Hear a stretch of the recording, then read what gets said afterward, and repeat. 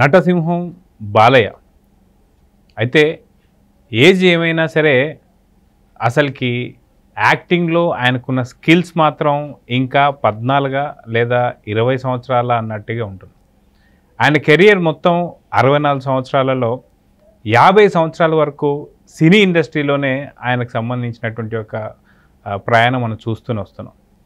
అయితే 63 సంవత్సరాల ఏజ్లో కూడా హ్యాట్రిక్ హిట్లు కొట్టినటువంటి ఏకైక నటుడు ఎవరైనా ఉన్నారు అంటే అది బాలకృష్ణ.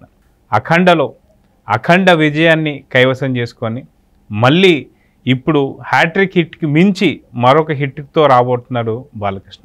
అయితే అసలుకి నటసింహం ప్రయాణం ఏంటి, ప్రస్థానం ఏంటి అనేది ఇప్పుడు మనతో పాటు సీనియర్ జర్నలిస్ట్ హేమసుందర్ గారు ఉన్నారు. వారిని అడిగి తెలుసుకుందాం. సార్ నమస్తే. నమస్తే అండి. సార్, నటసింహం బాలయ్య ఆయన పేరు చెప్తేనే ఎక్కడ పట్టినా సరే తొలగిపోతున్నారు తెలుగు ప్రజలంతా కూడా. ఒక పక్కన రాజకీయాలు కావచ్చు, మరో పక్కన సినిమాలు కావచ్చు, ఇంకో పక్కన బుల్లితెర కావచ్చు, ఇంకేదైనా సరే ఆయనకు సంబంధించి క్యాన్సర్ హాస్పిటల్ ఆయన చేసే సేవలు కావచ్చు, ఇన్ని రంగాలలో ఈ ఏజ్లో కూడా ప్రతిదీ హిట్టే. ఎక్కడ కూడా ఆయనకు ఒక మచ్చంటూ లేకుండా వెళ్తున్నాడు నటసింహం బాలకృష్ణ. ఆ బాలకృష్ణ గారి బర్త్డే స్పెషల్గా మీరేం చెప్పబోతున్నారు? అంటే పట్టుదల అనేది ఆ బ్లడ్లోనే ఉంది. అది బాలయ్య బాబులో కాస్త ఎక్కువ ఉందనుకోవచ్చు మనం. ఎందుకంటే ఆయన 1960 జూన్ 10వ తారీఖు ఆయన పుట్టారు. 1974లో ఆయన ఫస్ట్ సినిమా రిలీజ్ అయింది, తాతమ్మ కళ. అంటే సినిమా నటుడిగా 50 ఏళ్ళు, వ్యక్తిగతంగా 64 ఏళ్ళు అనుకోవచ్చండి ఆయనకి. మరి ఎన్టీ రామారావు గారికి బాలయ్య బాబునే మన నటుడిగా చేద్దామనే ఆలోచన ఎలా వచ్చింది తెలియదు. కానీ అంటే అంతకుముందు హరికృష్ణ గారు కూడా పరిచయం చేశారు ఆయన. శ్రీకృష్ణ అవతారంలో చిన్న పాత్ర హరికృష్ణ గారితో వేయించారు. తల్లా పెళ్ళామలో హరికృష్ణ గారు చిన్న పాత్ర వేశారు. ఆ తర్వాత భానుమతి గారు తీసిన తాతమ్మ కళ, ఆ సినిమాలో బాలయ్య బాబుని పరిచయం చేశారు. అంటే అలా చూసుకున్నప్పుడు నటుడిగా, అంటే హీరోగా కాదు, హీరోగా ఫస్ట్ సినిమా సాహసమే జీవితం, కానీ బాల నటుడిగానే బాలయ్య బాబు రంగప్రవేశం చేశారు. అయితే ఆయన నటనకు సంబంధించి 50 ఏళ్ళు. సాధారణంగా మహామహులు ఎంతోమంది సినీ రంగంలో ఉన్న వాళ్ళందరూ కూడా చాలా అరుదుగా మనం 50 ఏళ్ళ నుంచి చూస్తున్నటువంటి నటులు ఎవరంటే ఖచ్చితంగా నటసింహం బాలకృష్ణ అని చెప్పుకోవచ్చు. అయితే ఆయనకంటూ ప్రత్యేక శైలి, ప్రత్యేకమైనటువంటి ఒక ఆదరణ, ప్రత్యేక ఫ్యాన్స్ కూడా ఉంటూ ఉంటారు. సాధారణంగా చెప్పాలంటే తండ్రికి సంబంధించినటువంటి ఒక ఎవరైతే అభిమానులు ఉంటారో వాళ్ళే క్యారీ ఫార్వర్డ్ అయ్యి కొడుకు ఎవరైనా హీరో అయితే మటుకు వాళ్ళు వస్తారు. కానీ ఇక్కడ అన్న ఎన్టీఆర్కి సంబంధించినటువంటి ఒక ఫ్యాన్ బేస్ వేరు, బాలకృష్ణ గారికి సంబంధించిన ఫ్యాన్ బేస్ వేరని చెప్పేసి అనుకోవచ్చు. సాధారణంగా సీనియర్ ఎన్టీఆర్కి సంబంధించి చూసుకుంటే మ్యాక్సిమం కొంత వయసు పైబడిన వాళ్ళు కావచ్చు, వీళ్ళు ఎక్కువ ఫ్యాన్స్ ఉంటూ ఉంటారు. కానీ వాస్తవం చెప్పాలంటే చిరంజీవి, బాలకృష్ణ, వెంకటేష్, నాగార్జున వీళ్ళ తరంలో చూసుకున్నా సరే ఏమైపోతుందంటే ఓన్లీ ఒక 20 years బ్యాక్ ఉన్న జనరేషన్ మాత్రమే వీళ్ళని ఎక్కువగా ఇష్టపడుతుంటారు. కానీ ఇక్కడ నటసింహం బాలకృష్ణ దగ్గరకు వచ్చేసరికి ఇది రివర్స్ అయిందని చెప్పుకోవాలి. ఇప్పుడున్నటువంటి యంగ్ ఆడియన్స్ కావచ్చు, లేదా లాస్ట్ 20-30 years ఉన్నటువంటి ఒక పక్కన వాళ్ళు కావచ్చు, ప్రతి ఒక్కళ్ళు ఆదరిస్తానికి అసలు బాలకృష్ణలో ఏముందనుకోవచ్చు? డైలాగ్ డిక్షన్ అండి. ఎందుకంటే ఆ డైలాగ్ ఎలా పలకాలి, తండ్రి నుంచి వారసత్వంగా వచ్చిన వాటిలో ఆయన డైలాగ్ డిక్షన్ అనేది మనం ప్రత్యేకంగా చెప్పుకోవాలి. బాలయ్య బాబులో ఆ స్పష్టత కానీ, డైలాగ్ పలికే విధానం కానీ, ఆ డైలాగ్ ఆయన చెప్తేనే అది పేలుతుంది, డైనమైట్ లాగా పేలుతుంది. ఆ డిక్షన్ అనేది బాలయ్య బాబుని అలా నిలబెట్టింది. ఇంకొకటి ఏంటంటే, ఇప్పుడు ఎన్టీ రామారావు గారు కూడా ప్రకటించారు, నా నట వారసుడు బాలయ్య అని ఎప్పుడూ ప్రకటించారు. హరికృష్ణనో లేదా ఇంకొకరు ఆయన పేరు పెట్టి చెప్పాలి అట్లా ప్రత్యేకించి. ఆయన అన్నట్టుగానే బాలయ్య బాబు అంతా రాణించారు.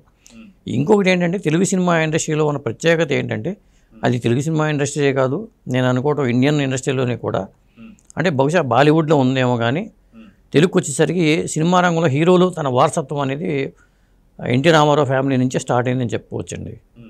ఎందుకంటే అక్కినేని నాగేశ్వరరావు గారు కూడా వాళ్ళ పిల్లల్ని చిన్నప్పుడు చేయించారు. కానీ అంటే తెలుగు సినిమా ఇండస్ట్రీ రెండు కళ్ళు అంటాం మనం. రామారావు గారు తమ వారసుని పరిచయం చేశారు, నాగేశ్వరరావు గారు కూడా వారసుని పరిచయం చేశారు. అంతకుముందు సినిమా నటులు ఎవరో కూడా తమ వారసుల్ని సినిమాలో తీసుకొచ్చిన చరిత్ర అయితే లేదు. అది ఎన్టీ రామారావు గారి నుంచి, అక్కినేని నాగేశ్వరరావు గారి నుంచే స్టార్ట్ అయిందని చెప్పుకోవచ్చు. ఇంకొకటి ఏంటంటే, బాలయ్య బాబుని ఆ తాతమ్మ కళలో మనకి 1974లో వచ్చినా కానీ అన్నదమ్ముల అనుబంధం అనే సినిమా వచ్చింది. అది యాదవ్కి భరత్ సినిమాని తెలుగులో ఎన్టీ రామారావు గారు చేశారు. అమితాబ్ చేసిన పాత్రని ఎన్టీఆర్ గారు చేశారు. ఆ సినిమాలో మరి బాలయ్య బాబు ఎన్టీఆర్కి తమ్ముడిగా చేశాడు. మురళీమోహన్ ఒక తమ్ముడుగాను, బాలయ్య బాబు ఒక తమ్ముడుగాను చేశారు. అది కూడా బాలయ్య బాబుకి మంచి పేరు తీసుకొచ్చింది. అలా ఆయన హీరోగా సాగస్మి జీవితానికి స్టార్ట్ అవ్వడానికి ముందు చాలా సినిమాలు కూడా చేయటం వచ్చింది. అలా జరిగింది. కానీ బాలయ్య బాబు వారసత్వం విషయంలో మాత్రం డిలే అవుతుంది. మోక్షజ్ఞ ఎంట్రీ విషయంలో మాత్రం డిలే చేసుకుంటూ వచ్చారు. కానీ ఆయన 14వ ఏటనే బాలయ్య బాబు తాతమ్మ కళలో కెమెరా ముందుకు వచ్చారు. అందుకనే బాలయ్య బాబు సినిమా ఎంట్రీ సంబంధించి ఒక సెలబ్రేషన్స్ గ్రాండ్గా చేద్దామని సంకల్పం ఉంది.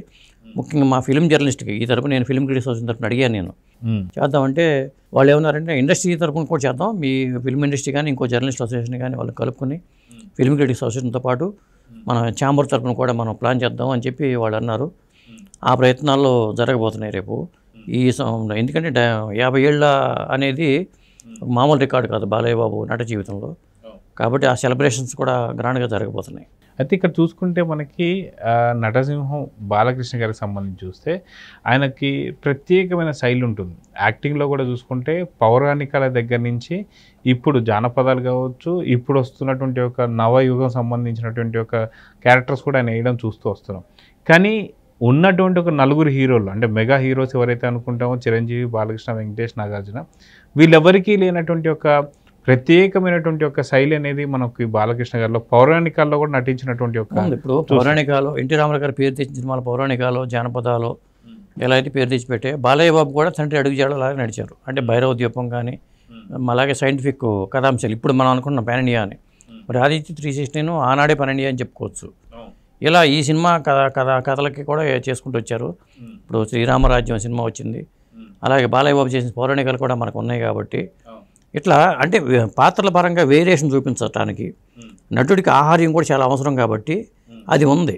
ఇప్పుడు మిగతా హీరోలు ఏంటంటే ఫైట్స్ డ్యాన్సుల పరంగా రాణించారు, కానీ బాలయ్య బాబు ఇతర పాత్ర కూడా చేసుకుంటూ వెళ్ళిపోయాడు.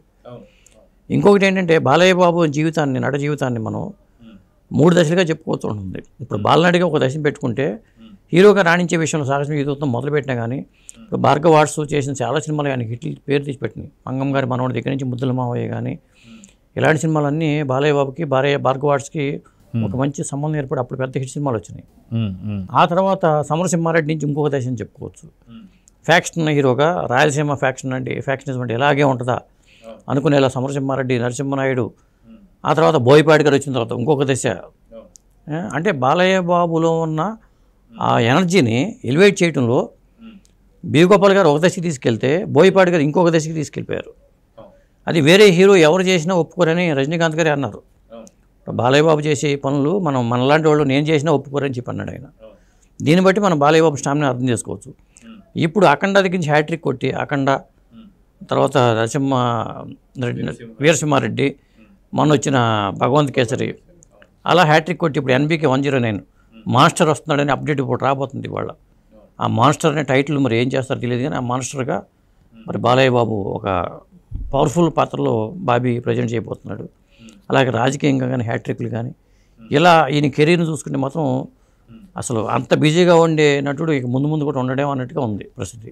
అయితే మనం చూసుకుంటే ఎవరైతే మిగతా మెగా స్టార్స్ అనుకున్న నలుగురిలో కూడా ప్రత్యేకమైన శైలి ఏంటి అంటే ఈ మిగతా ముగ్గురు కూడా రాజకీయాల వైపు వెళ్ళింది ఓన్లీ చిరంజీవి గారు అయినా సరే మళ్ళీ పార్టీ విలీనం చేయడం కావచ్చు, మళ్ళీ పొలిటికల్ పార్టీ వైపే పోకుండా ఆగిపోయారు చిరంజీవి.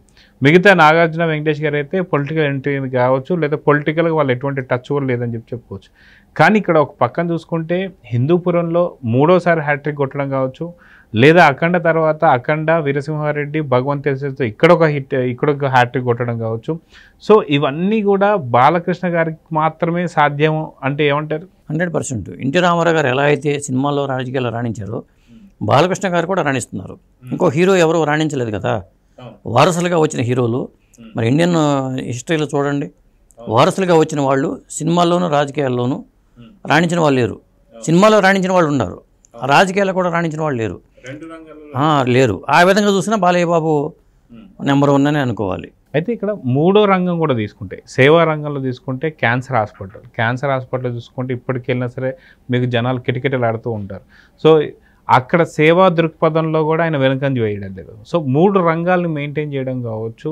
సో ఇంకో పక్కన బుల్లితెరలో ఆహాలాగా అన్స్టాపబుల్లో మనం చూడొచ్చు. ఇలాంటి 4 రంగాలు అనుకోవాలి. 4 రంగాలుగా ఒక బుల్లితెర, ఒకటి సినీ రంగం, ఇంకోటి రాజకీయ రంగం, ఇంకోటి సేవా రంగం.